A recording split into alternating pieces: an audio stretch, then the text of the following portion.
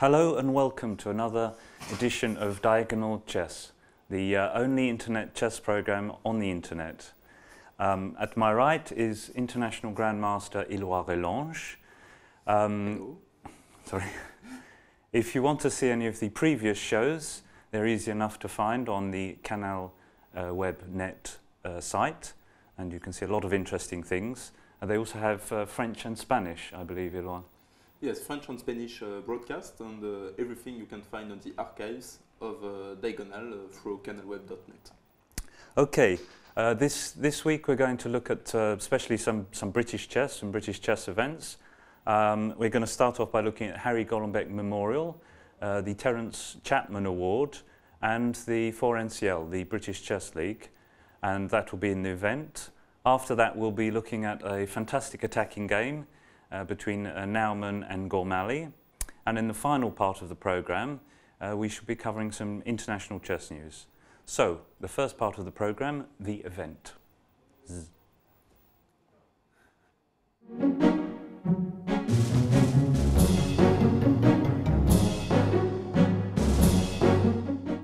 Okay, exceptionally this week we're going to look at several events that have recently finished. The first event is the Harry Golombek Memorial, which was played at Paynton recently. Now, a lot of people may remember Harry Golombek. He was a very important chess figure in Britain for a long time. I don't know if you know him knew him at all? No, not so much. I just know about the Golombek Trophy that is given in Hastings every year. Yes, yes. Well, he left some money in his will to the Friends of Chess, and they decided that it would be appropriate to hold a tournament in his honour. A memorial tournament, and this year was the 50th anniversary of the Paynton Chess Congress. Paynton, of course, is in the southwest of England. It's very nice, and they decided to hold a Grandmaster tournament alongside it with his bequest. And curiously, the first Paynton Congress was actually won by Harry Golombek. Did you know that, Eloi? No, of course not. I just know nothing about chess English history. But of course it's interesting to learn that. Well, in fact I didn't know either until early on today. Now the tournament was a Grandmaster tournament. It's basically there were several Grandmasters and then a lot of International Masters, and the idea was that the International Masters would make Grandmaster norms. What was the Grandmaster norm in this tournament, Eloi? It was 6 points out of 9.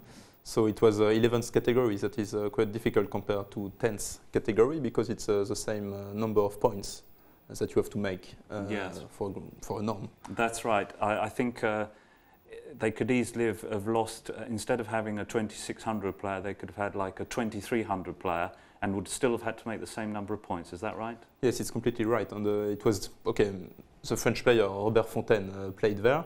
And just maybe because of these difficulties, supplementary difficulties, he didn't make the norm. Yes. So this was a bit of a shame because when organisers organise Grandmaster events like this, very often they try and make it as easy as possible, and there are two categories which are a lot easier than others, but this was a very difficult category. Okay, the actual results of the tournament, it was won by two Grandmasters. John Nunn from England and Klaus Bischoff from Germany, who both got 5.5 from the 9 games. And then just after them in equal third place there was another Grandmaster, Mark Hebden, who of course is very well known in England, from Leicester, and then 2 International Masters. Firstly there was Robert Fontaine, the French International Master, and then Matthew Turner, both very talented young International Masters, but they both finished on 5, which was basically a point off the GM norm, which was what they were looking for, which is, as you say, Eloi, possibly because of the difficult category. Because Robert Fontaine, he started off very well, didn't he? Yes, I think he scored 4.5 out of 6 or something like 4 out of 5. So he just have to score 2 points out of 4 last games, and he lost 2 games because of the difficulty of the opponents, and the strengths of them. Well, later on in this tournament, we're going to have a look at one of the games of this event. It was a wonderful game, very nice game, very interesting. That'll be later on. But now we'll pass on to another event that's just finished in England, which is the Terrence Chapman Award. Now, Terrence Chapman was actually a promising junior in about 1970, but then decided to do something more useful with his time. he decided to start his IT company, information technology company, and now, of course, he's very rich, which perhaps is a lesson for us, Eloi. I don't know. Of course, you have to make a choice when you are a young chess player, and some people try to go in another way, and after they have some regrets. So, I mean, just you have to listen to your heart. Yes. So you either have a very interesting lifestyle as a professional chess player, or you can make a lot of money, but maybe not both. Okay, he's decided to instigate a number of awards for promising English juniors, and I think the first award this year was £1,000, which went to Nick Pert. Nick, who won the World Under-18 Championship a year ago, recently, in Spain. Very, very good player, very, very talented player. And there were a number of other awards of £500 each. And the award winner had the chance to play a match against a strong Grandmaster, which was Murray Chandler. Now, the match took quite an interesting number of turns, because the first game was drawn, but then afterwards each player had white won for the next 4 rounds. So Murray Chandler won a game, then Pert won a game, then Chandler won, then finally Pert won another game, and then they decided to call it quits and make a draw. So the match was actually drawn 3-all. There's another interesting thing about Terrence Chapman is, in fact, he's also sponsoring the Grand Prix, which used to be the Lee Grand Prix, and before that I can't even remember what it was called. I don't know if you know it, Eloi? I know it, yes, but I never used it, let's say, because it's especially designed for English players. That's right. There's obviously a lot of weekend open tournaments in England, which are almost unheard of in the other European countries. They prefer longer 9-round tournaments, and each tournament in these weekend tournaments count for a number of points in the Lee Grand Prix, now the Chapman Grand Prix. And the person who gets the most points at the end out of 200 wins quite a large sum of money. In fact, I don't even know how much it is. It used to be £3,000. Worth having anyway. Okay, so that's that. The match was a draw, so a good result for Pert, who draw in a match against a strong Grandmaster is a very good result. Now we pass on to the 4NCL, which is the British Chess League. Curiously, it is not run by the British Chess Federation. It was started separately, but it's now become incredibly successful. And it seems very strange, or it seemed very strange many years ago, that there was no chess league in Britain or England, whereas in other countries, Eloi, national chess leagues, they've been around for a long time, haven't they? Yes, of course, especially in France and Germany, in Spain. There are very strong team championships. In France, I think Adams is playing on the a few years ago. It was Kasparov, Karpov, Kramnik also played, Anand. So of course, in all European countries, there are some very strong team competitions. Yes, and although the British League isn't that strong at the moment, we don't have so many strong foreign players, but there are a few, and of course the British players are very, very strong. This year, the event is very much like last year. There seems to be 4 very strong teams. Wood Green, of course, who have Spielman, Babarin, Ems, Ward, and other strong Grandmasters. Slough, defending champions. They've won the last 2 years with Tony Miles and Gurovic and a lot of other strong players, Aaron Summerscale, Colin McNabb, and not me. This year, well, I wasn't playing the first weekend because the sponsor told me that he wasn't taking this year very seriously, but we shall see if that's true. There's also Invicta Knights, old Invicta Knights, who are now called Index IT. The interesting story behind this is that Index IT is the company set up and run by Grandmaster David Norwood and International Master Michael Hennigan, which has made them very rich. And David's decided to sponsor this team. And so it's now called the Index IT team. Basically, they've got all last year's players, and they've signed a few others. They've signed Mark Hebden and also Mickey Adams and various others. They've got a very, very strong team, and they're obviously looking to win this year. And there's another team that seemed very strong is Guildford. They've also got a stronger team than last year. Okay, the first day, it was a Saturday. No particularly interesting results. All the strong teams won. Second day, however, was very interesting because there was a big clash between defending champion Slough and Wood Green. Now, if we remember last season, Wood Green were chasing Slough right up to the end, and the last match was supposed to be between Slough and Wood Green, but then Wood Green slipped up against Barbican, and Slough won before they even had to play. So Slough playing Wood Green was a real shock, and this year Wood Green outgraded Slough on every single board, but in fact the result was a 5-3 win to Slough again. So Slough, although the sponsors assured me that they weren't going to try and win the title, I think they might be changing their mind now. Some interesting results from that match. Tony Miles beat Babarin with the black pieces. That was the first game to finish. And also Colin McNabb beat John Levitt. That was a very important result as well. Okay, so that's the event. We're now going to pass on to the game of the day. So, the game.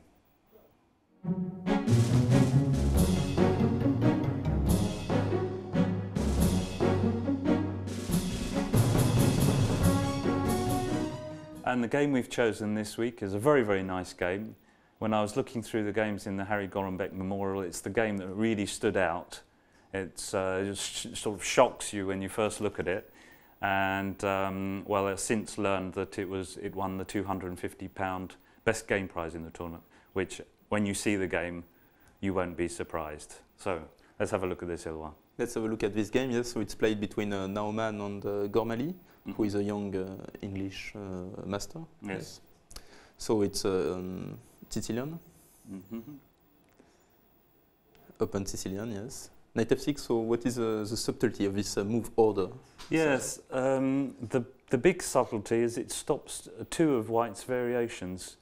White can't do anything better than play knight to c3 here, which is what he played. The other variations just lead to easier quality for black. So, in fact, this is the most accurate move order for black, I believe. It stops, for instance, if we go back, if black takes immediately on d4 instead of playing knight f6, you know, and then knight takes. After knight f6,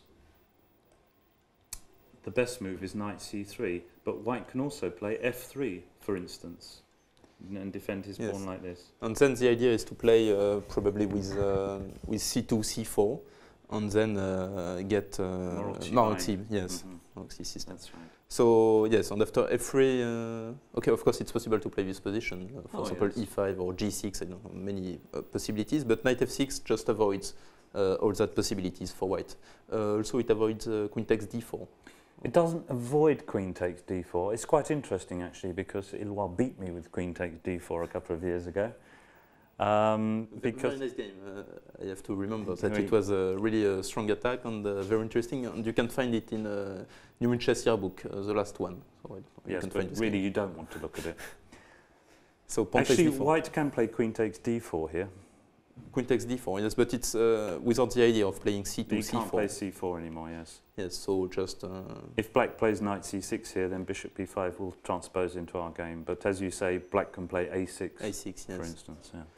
So knight takes d4, and now the sharpest line of the Sicilian, probably we can say, is Najdorf with 5 a6. Bishop g5, again the sharpest line. Yes, this was the line that was very, very popular when I started playing the Najdorf in the 1970s. This was the big line, but it's become so analysed that a lot of people refrain from it as White. Yes, but it seems that this variation led to a forced draw with the poison pawn. Yes, in fact, when several variations I played as black many years ago against bishop g5, and I think 3 of them all led to a forced draw, which was quite annoying when you're playing a weaker player. Yes.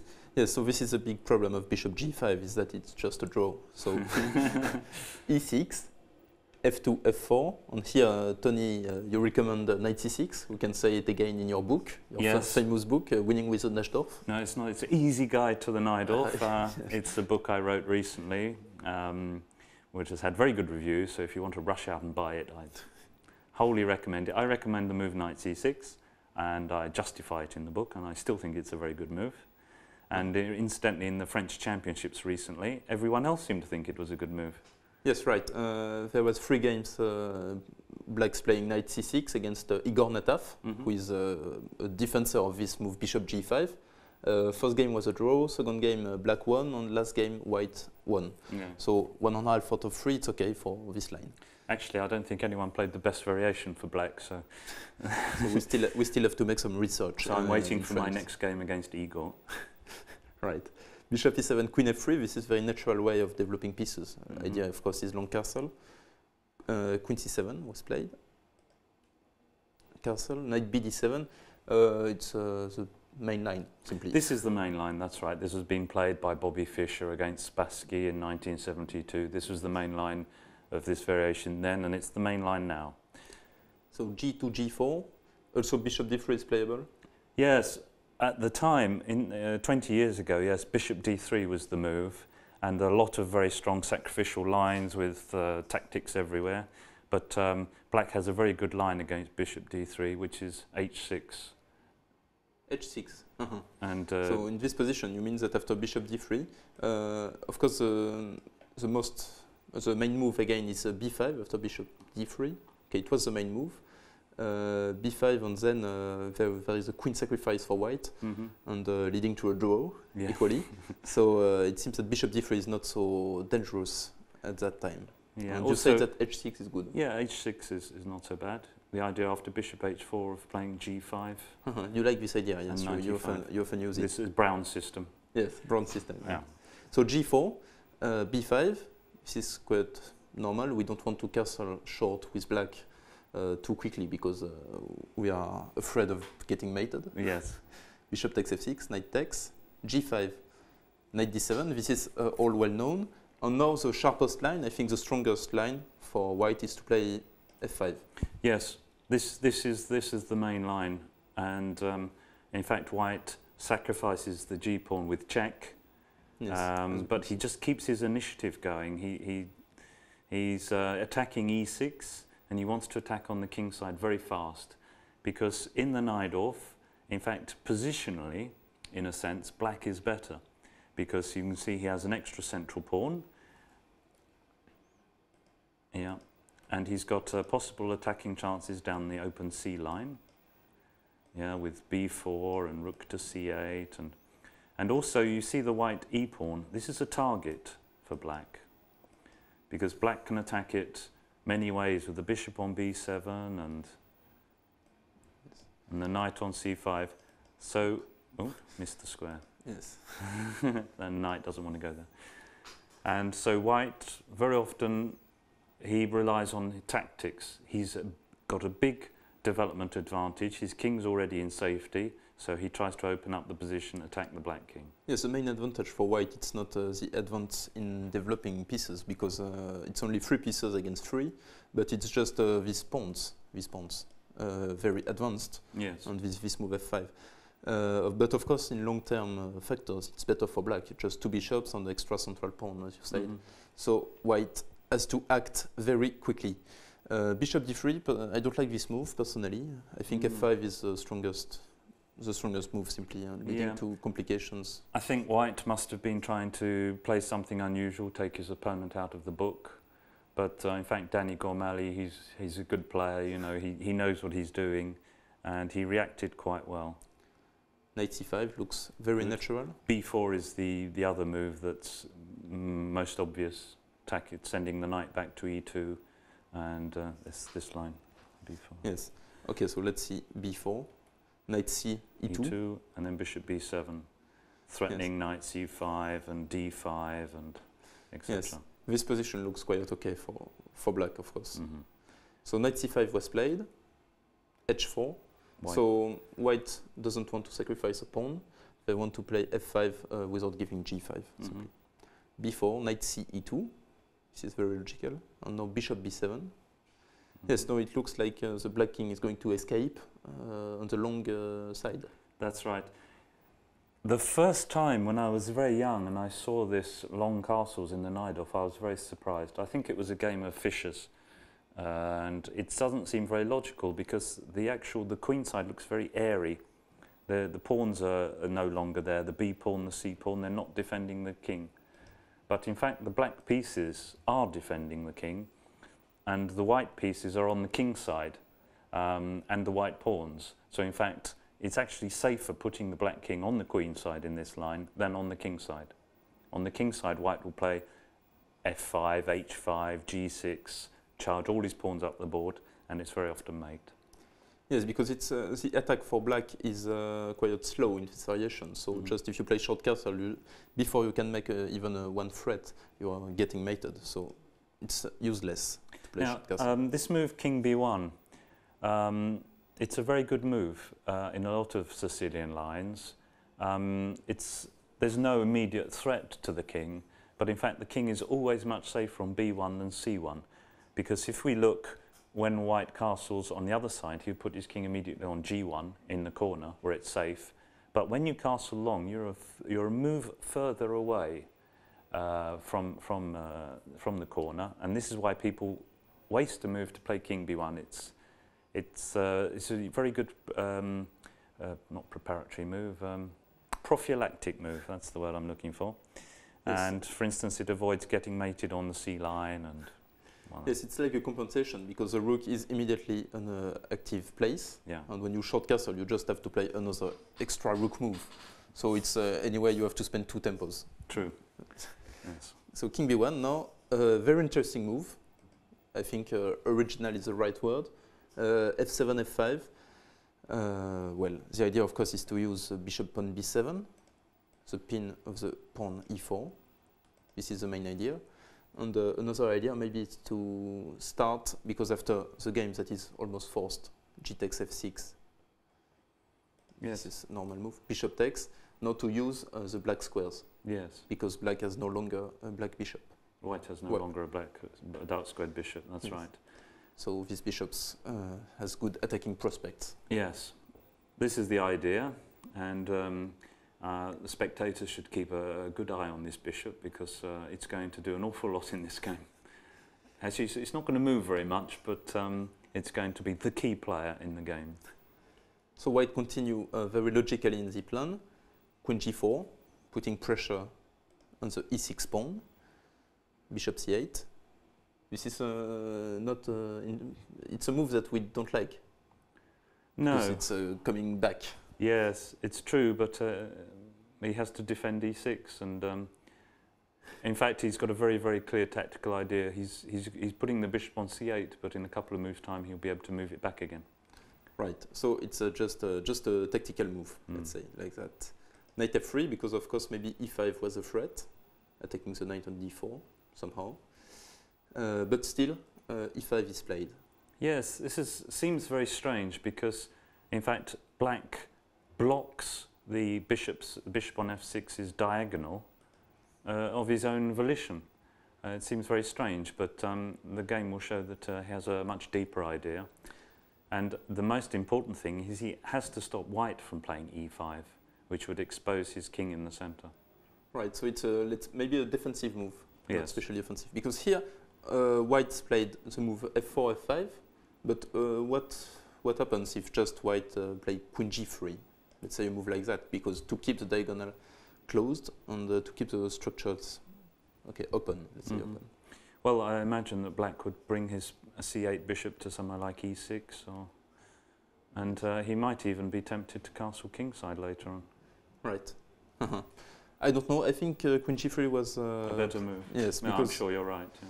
The move 20 f5 just closed all the attacking ideas for white. And also, it's by taking the pressure off e5, he allows black to play d5 later on, which is another typical Sicilian idea. So here, of course, the bishop has nothing to do on c8 anymore, so he's back to b7. knight g3, we can see white's idea, knight h5, attacking the bishop on f6, long castle, and now white's play knight g5. Why not? King b8, so it's again the same prophylactic move. b3, and now it's time to open the lines, d5. Yes, this is the typical Sicilian counter move. Normally white attacks on the wing, normally the king side, but by counter-attacking in the center, black very often gets the advantage. This is a very typical idea. This occurs an awful lot. A lot of the time white spends most of the game trying to stop it, but here, as we can see, the white hasn't been very successful at that. Yes, knight on g3 is misplaced, completely misplaced in that position, and knight on g5 is not so active too, compare with black bishop on b7. That is very, very strong. So black has better pieces and a stronger center, so just the position is already much better for black. E takes d5, again a move that I don't like so much, I don't know. Rook takes d5, and now bishop e4, this is the idea. Yes, white is in fact hoping to control e4. If black captures on e4, white will recapture probably with the g knight. Yes, which true. one? Probably with the knight on g3. Yeah, and he will have a very, very strong square on e4, and the bishop on f6, it's stymied by the pawn on e5. It looks very weak. We might even, if he can later swap off the b7 bishop, he will have a good knight against bad bishop position. And also it's important to say that the knight on c5 is defending the square e6, so it would give white options to play knight g5, e6. Yes. Controlling the d8 squares, that is quite important. So of course knight takes e4 is not the move blacks want to play. Rook d4, this is like a pinning the bishop here. So rook takes d4, just to exchange some pieces. Pawn takes, bishop takes b7, and here it looks like it's okay for white. Yes, it seems like he's achieved what he wants. He's going to, after black recaptures the bishop, he's going to bring a piece to e4, and he's going to play on the light squares against this dark squared bishop. In fact, I think 99% of players will be thinking about which piece to recapture on b7 with here, but black finds brilliant idea. An amazing possibility. Yes. So it's just the super move, d4, d3. He's a piece down and doesn't even bother to recapture the bishop. It's a great idea. Great idea. So many options for white. Yeah. As we can see. One of them is just to take the bishop back to g2, bishop g2, refute by a nice move. Yeah. Knight to e4. That's right. Now there's several very big threats here. Okay, let's say queen takes e2 is the main one. Queen takes e2 is mate in one. Yes. There's also threats of knight c3 check, knight e2 check, and knight d2 check, sorry. Yes. And also moves such as queen to c3 and queen to e5. I think queen c2, knight c3, and knight d2 are enough. I mean, yes. The next move will be one of these three, and it's impossible to avoid it's impossible to avoid. For example, them, yeah. if rook c1, knight d2 mate, if queen d1, knight c3 winning the queen, and if another move, queen takes c2 mate. Right. So just this is enough. We don't need queen c3 or queen e5 or pawn takes c2. I don't know. It's too much. It's much too much. Yeah. So after d3, it's just impossible to go back with the bishop, and white choose very logically to eliminate the pawn on d3. And now again.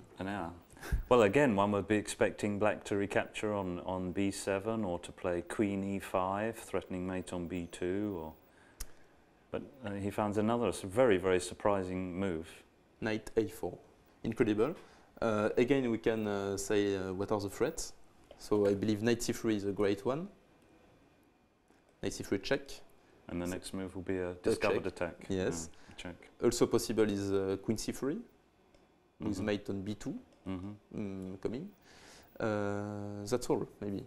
Well, yes. But it's already a lot. It's already a lot, yeah. So two possibilities. One is very nice. I would have liked to have seen White's face actually after these last two moves. That Yes. would have been interesting.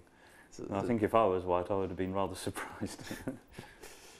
So here, possible was bishop takes a6, leading to a nice move.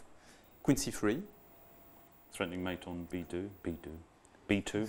b2, rook h2 defending, knight c5. So we are not in a hurry to play this queen a1 check. Queen c4. Now it's time for a check. King c2, knight takes a6, and the last pieces is coming into action. The rook h8 is coming to c8 with devastating effects. Yes. Yes. So here, knight a4 is very strong, and we have to take this piece. Yes. Yeah. Pawn takes a4. Well, let's have a quick look at this position. White's got 2 extra pieces, and Black has only got 2 pieces developed. And his king's open. I mean, it just doesn't seem possible to me, Eloi. Impossible. What is impossible? It just doesn't seem right that Black should be winning this position. Yes, yes, it's quite surprising, of course, because it's attack with only 2 pieces on the rook on h8 is not coming to c8 because the bishop is controlling. So it's just 2 only attacking pieces. It's not usually not enough. Queen c3, d4. Yeah, well, queen c3. This is the big threat is mate in 1, of course, on b2. Yes. Because of the bishop and queen on the long diagonal. So mate on b2, right? Yes. And White has a number of ways of stopping this. Yes, queen e2 is one of them. Rook h2 is also possible, maybe. D4 is third possibility, and I think that's all. That's all, yeah. So 3 possibilities. When sorry. Also, we can make queen f4 check, but after bishop e5, we just lose the queen. Yeah, after queen c1, queen a1 check, and yes, queen also a2. Yes, queen f4 also is another defensive possibility. But I don't think it's very good. Yes. I remember analysing this and it lost.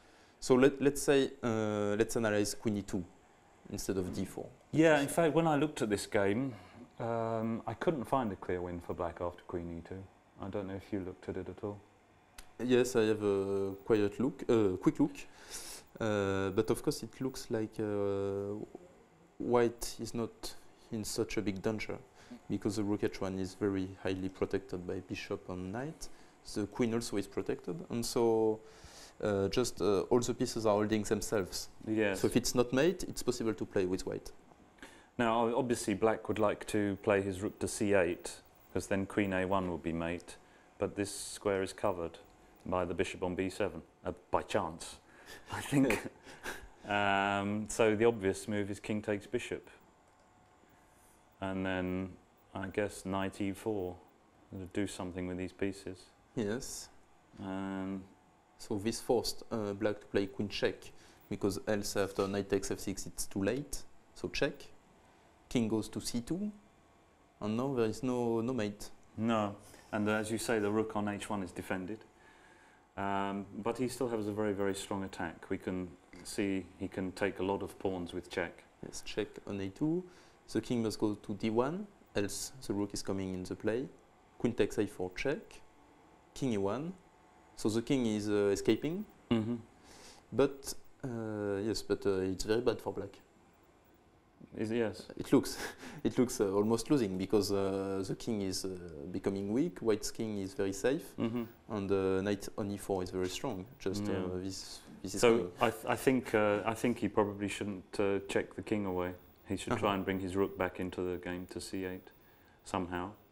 But not absolutely sure that this is completely winning. But it's such a beautiful idea that it deserves to win. Yes, yes, of course. But there is no justice in chess. I think, well, you know, I mean, in a practical game of chess, you know, players like Tal, they did fantastically with things that weren't quite sound. Larson, people like this. I mean, it's very, very difficult when you're facing an attack to defend. I remember losing to you this unsound attack. Unsound. Yes, that is a word. So finally, the mistake is coming. White's mistake. Yeah. Because here, of course, so as we saw, Queen e2 was the right move with some defensive possibilities. And d4 is just the moves that lose the game. Yeah. After bishop takes d4. Yeah, the big difference is now that the g3 knight is en prise, for instance, if after queen e2 in some lines, and he can instead of very often he can take the on b7, and then he'll be threatening the knight on g3. If the knight moves, then he can win the rook on h1. Yes. This gives the black attack an extra force. Okay, anyway, if we want to compare the line with queen e2, just now there is no pawn on d3, and the bishop on f6 won't be en prise after knight e4. As well, yeah. So it's many advantage. Yes. Advantages. Much better, yes. So d4 is definitely a mistake. I think. Now he tries another defense with queen f4 check, bishop e5. So it's the same without the pawn on d3. Queen c1, queen a1 check, king c2, queen takes a2.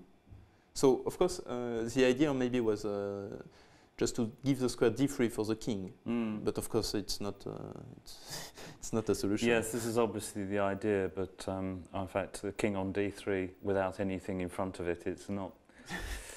He's got no way back to the second rank. Yes. So he doesn't look too healthy, does he, Eloi? Yes. No, it's probably losing.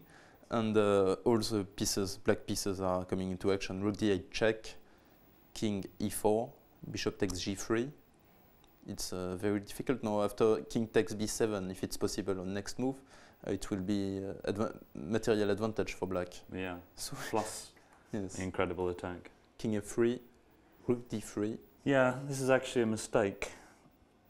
Yes, we should play something else. Yeah, because in fact stronger move is queen f2 check.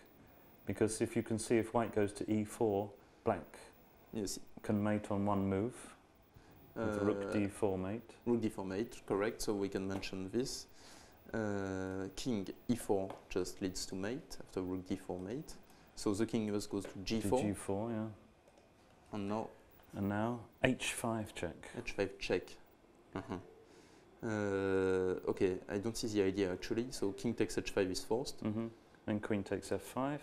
No, and the big threat it's just mate. Is rook h8 with mate in one move. And well, my computer found moves like queen c8 check, so you can perhaps see just how bad this position is. Queen c8 check with just a completely losing position. Yeah.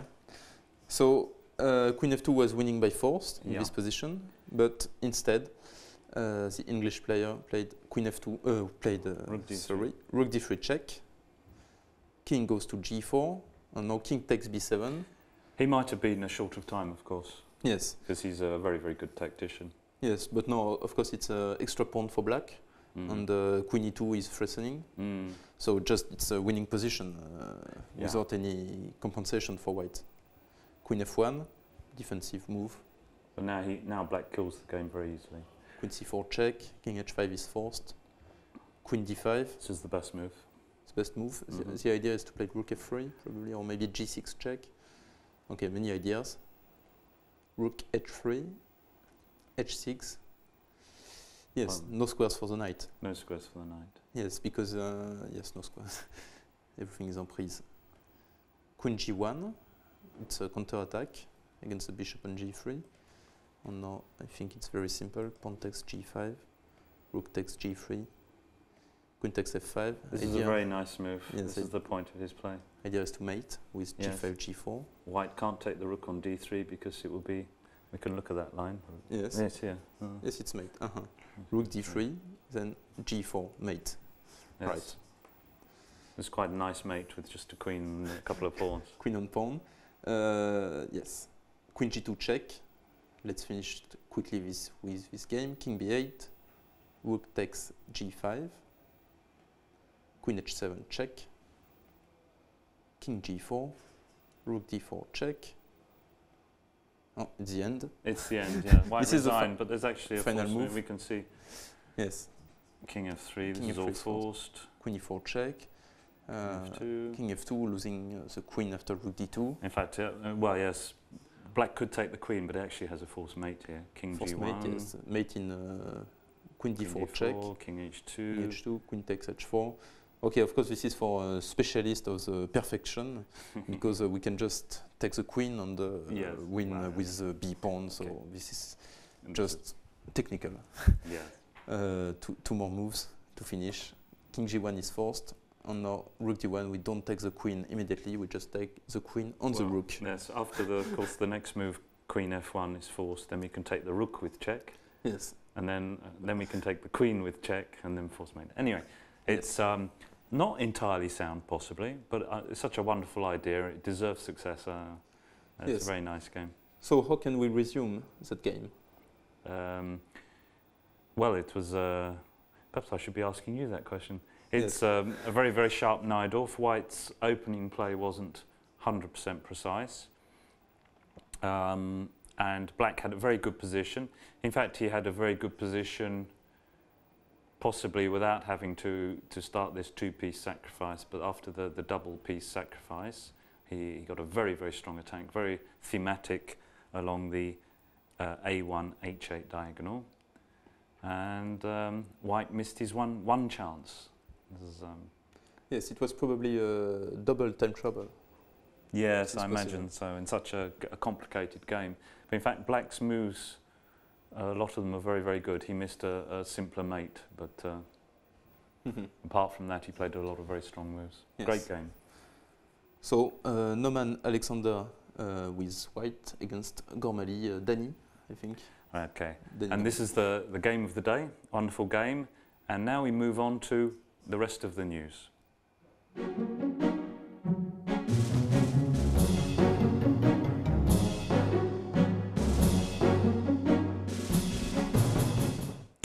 And today we'll be looking at a number of events. First of all, there's the Rubenstein Memorial, another memorial tournament after we looked at the Harry Golombek Memorial. It seems to be becoming quite popular, these memorial events. Yes. Also, Najdorf Memorial just finished.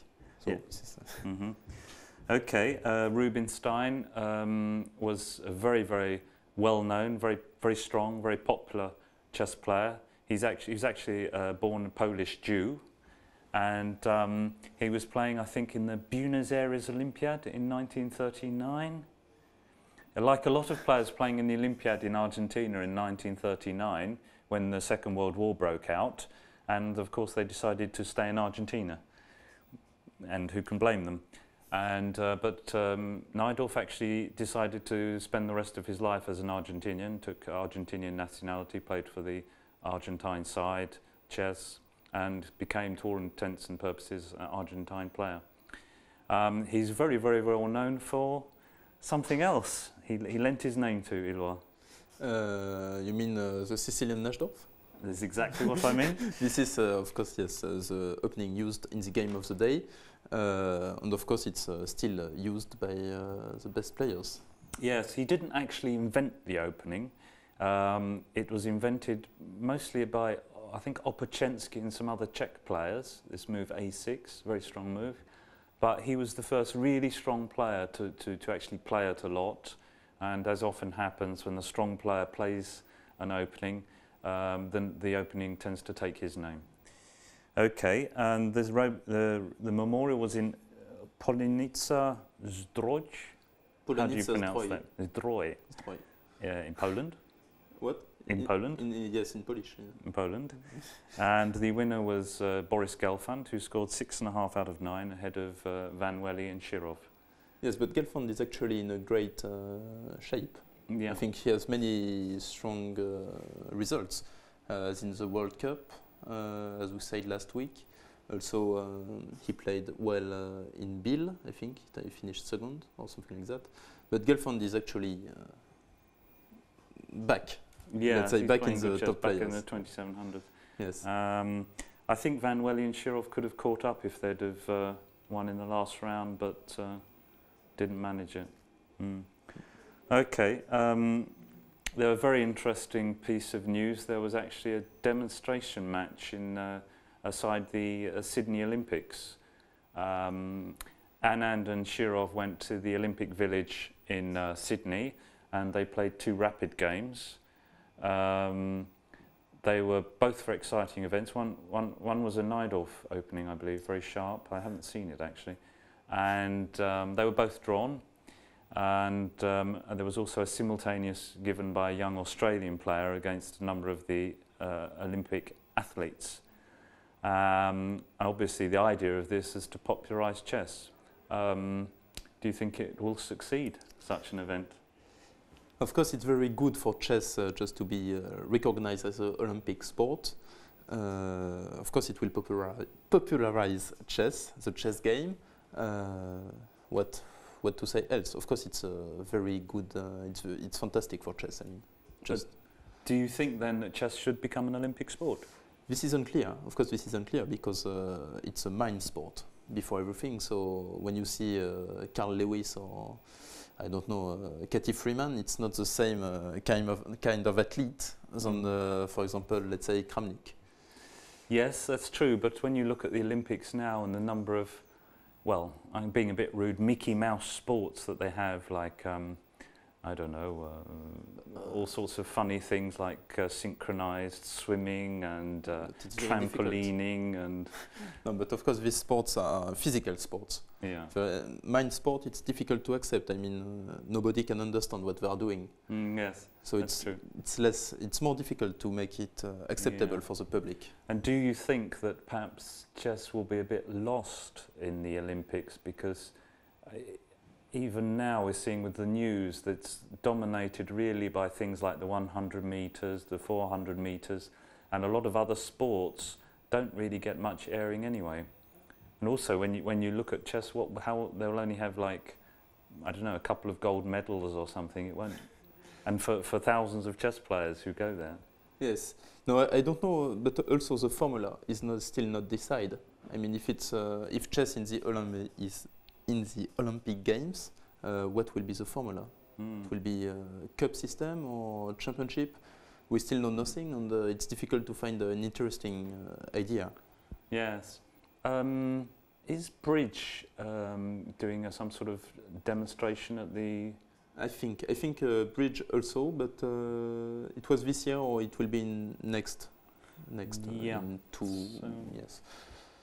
I don't know, it will be difficult, but of course if we can be included in this, it's a great chance for all chess players and all chess fans. Yeah, so maybe not, no one really knows. It's like the question of chess becoming a sport.